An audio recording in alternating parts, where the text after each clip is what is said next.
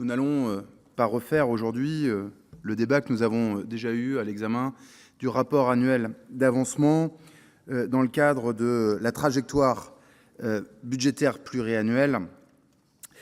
Ce qui est certain, c'est que la situation demeure grave, cela a été dit avant moi, et inquiétante. Et face à cela, nous avons eu une séquence 2025 où les pilotes Barnier puis Bayrou ont navigué à vue tout au long de la séquence.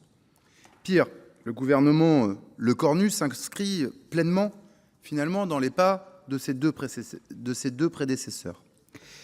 Force est de constater que l'exécution budgétaire révèle surtout que l'année 2025 a été celle d'un budget non maîtrisé, malgré les nombreuses corrections apportées en cours d'année, corrections sur lesquelles le Parlement n'a pas eu son mot à dire.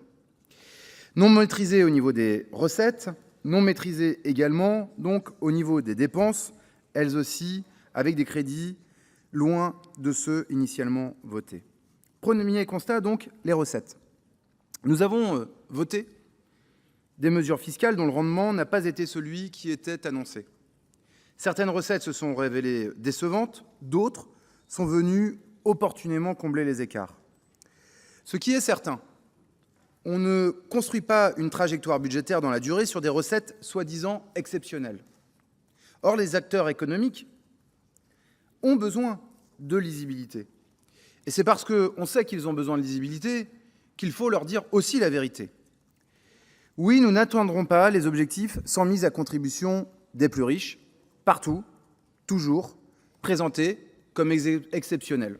Ça fait 2 ans qu'on nous explique, pour les entreprises, pour les particuliers, qu'il va y avoir des impôts exceptionnels.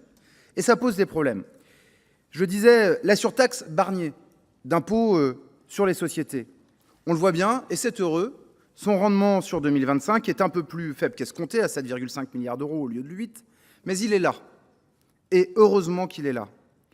Si son rendement attendu est nécessaire, nous maintenons, pour ce qui nous concerne, que taxer les entreprises qui font le choix de produire en France plutôt que celles qui délocalisent, c'est tout de même pas forcément la meilleure façon de dire aux acteurs économiques « investissez dans le pays, faites le choix de la France ».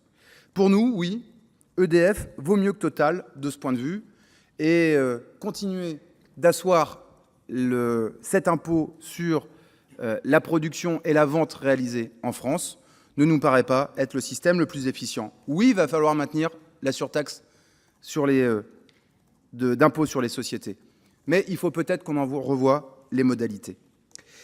En revanche, s'il y a la nécessité de maintenir la surtaxe au niveau des entreprises les plus riches du pays, il y a tout de même un problème, effectivement, sur le rendement ridicule de la cotisation différentielle sur les hauts patrimoines.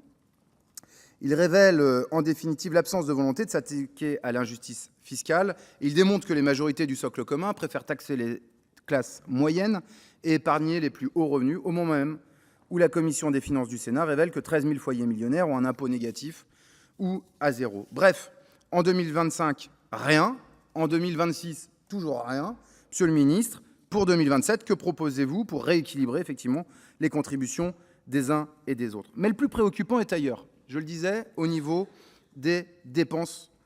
Chaque année, nous débattons longuement des crédits budgétaires dans le détail. Mais pourquoi faire? Parce que finalement, à l'atterrissage, on s'aperçoit dans l'exécution budgétaire que ce que nous votons est finalement complètement altéré. De ce point de vue, il est tout de même frappant qu'en matière d'exécution, le premier budget exécuté non pas au sens budgétaire du terme, mais au sens peut-être Far West du terme, le premier budget qui passe sur le bio, c'est le budget de la transition écologique, année après année.